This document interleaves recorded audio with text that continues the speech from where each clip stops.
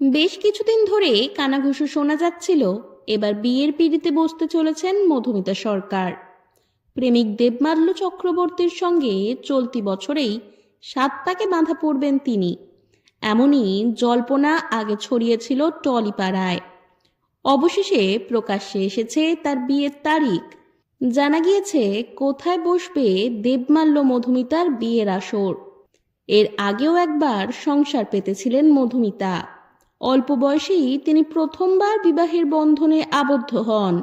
ধারাবাহিকে অভিনয়ের সময় সৌরভ চক্রবর্তীর সঙ্গে ঘনিষ্ঠতা তৈরি হয় তার। সেই থেকেই শুরু আলাপ ও পরে সম্পর্ক।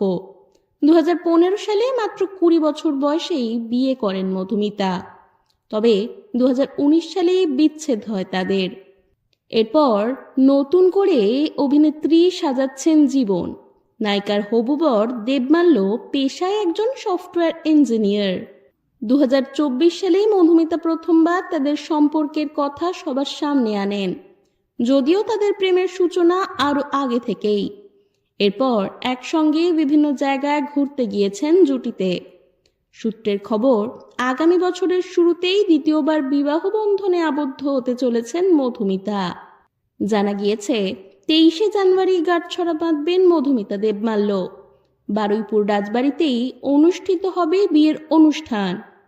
এরপর 25শে জানুয়ারি হবে রিসেপশন, যার আয়োজন হবে শোভাবাজার রাজবাড়িতে। বিয়েতে কেমন সেজে সাজবেন অভিনেত্রী, এ নিয়েও ইতিমধ্যেই কৌতূহল তৈরি হয়েছে। জানা গেছে বিয়ের দিন মধুমিতা দেবমাল্য থাকছেন একেবারে সাবেকি সাজে।